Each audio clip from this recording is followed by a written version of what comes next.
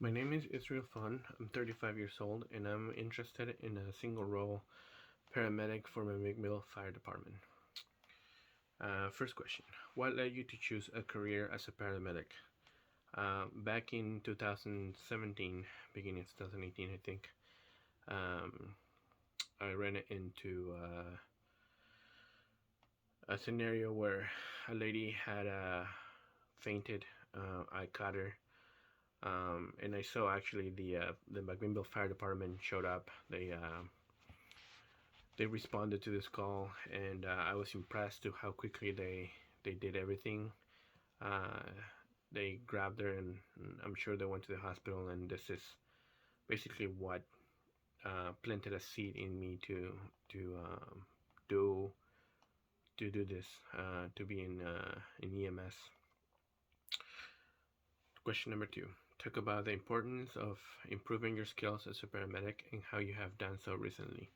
So since I started EMS, um, ever since I kept on improving my skills. I started working for Metro West, then moved to Woodburn Ambulance, and I've been an EMT there for 2 years.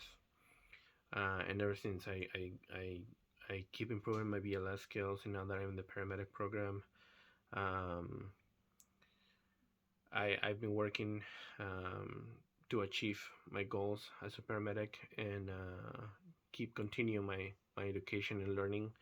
I know that medicine keeps advancing every year, every month, every day.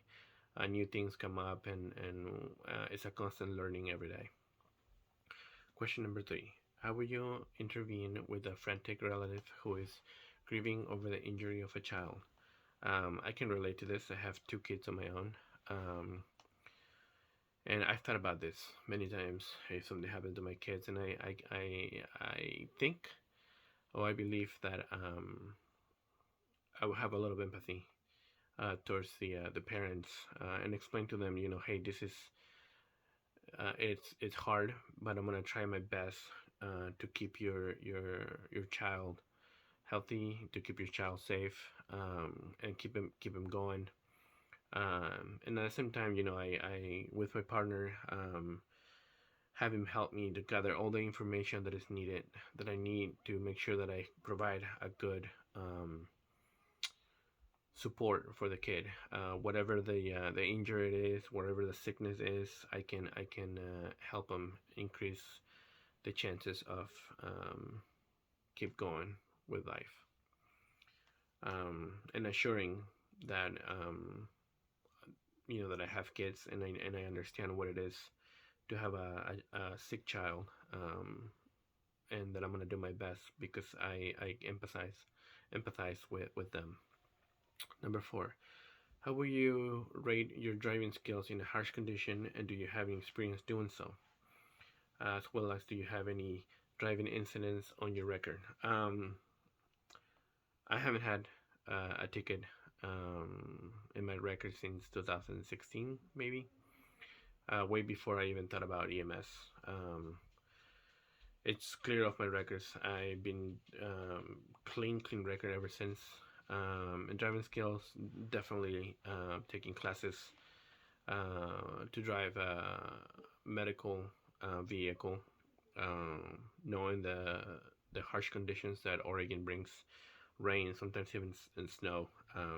I'm always careful, always following the laws of the street, speed limits, and all that applies into it. And so, also the importance of knowing that as an EMT driving, knowing that I have lives in the back of the ambulance, and it all comes down to my driving, that I keep the patient and my partner safe at all times. Number five: how do you ensure that you stay refreshed in shape for your next shift, where you will be required to in peak mental and physical conditions? Um, since I started doing this, I always, I like to talk about calls with my peers. Um, I actually recently with my wife and I started dieting, so eating good, cutting off sugar, losing a couple pounds because it definitely helps your health. Um, we started running.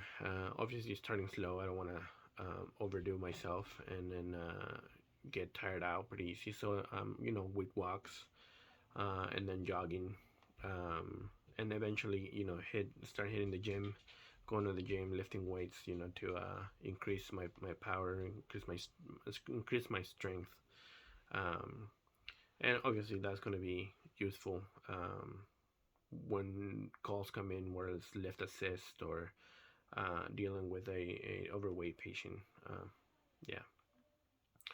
Um, my closing statement: why should I be chosen over my peers?